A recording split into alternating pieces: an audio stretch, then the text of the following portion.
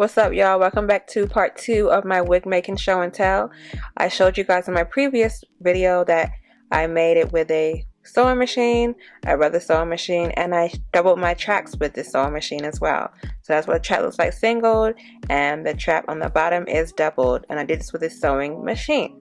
So let's get into the wig already being constructed, and I gotta make it look natural. So this is part 2. It's going to be the unit install, and I use my model Tanaka to go ahead and get this thing popping.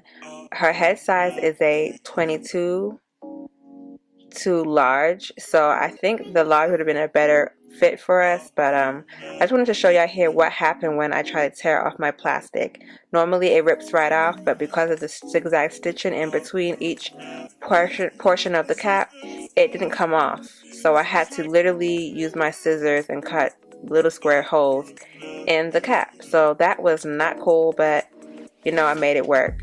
So I'm going to try to figure out what I'm doing wrong, but let's get into there goes the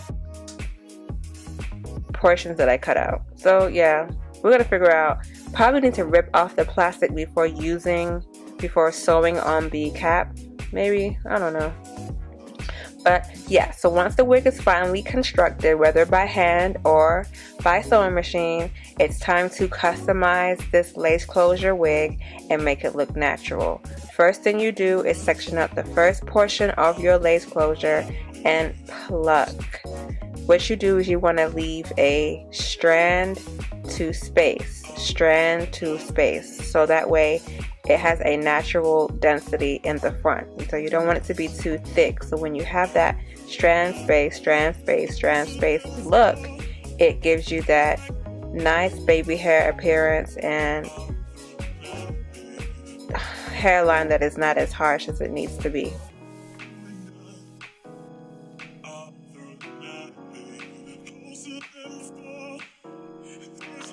So as y'all see, the density of the hairline has been reduced to a more natural kind of density for the hairline area. So once it looks more like this, you can now begin to start plucking the back portion of the lace closure. I always wet my lace closure before plucking, and try not to part where the center part is located. I mean, try not to pluck where the center part is, otherwise it's going to look awkward. So just pluck away from the center part if possible, and keep on, you know, reducing that harsh line on the back portion as well. This is going to let it look really good when you comb the lace closure back, or if the wind blows, it's not like a harsh line. So once I'm done with that, we're going to go ahead and move on to placing it on my model's head.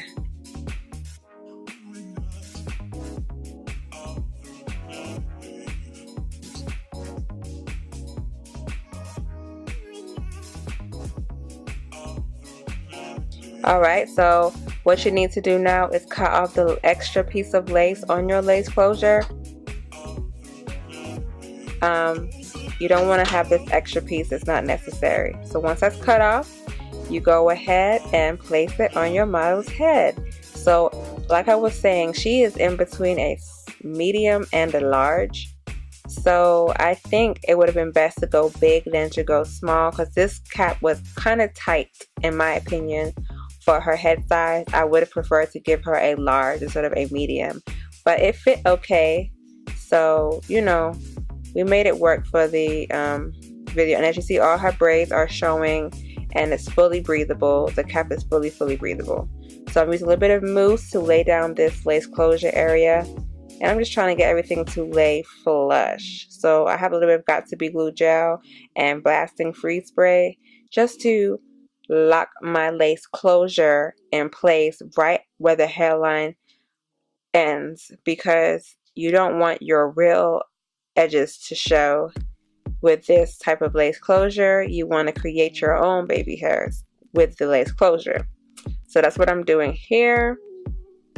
Hence the reason why I would have preferred the cut to be just a bit bigger, because we had to use a got to be glue gel to just keep it from sliding back. But if it was her real head size or the correct head size cap, I wouldn't have to use the gel to hold that cap in place.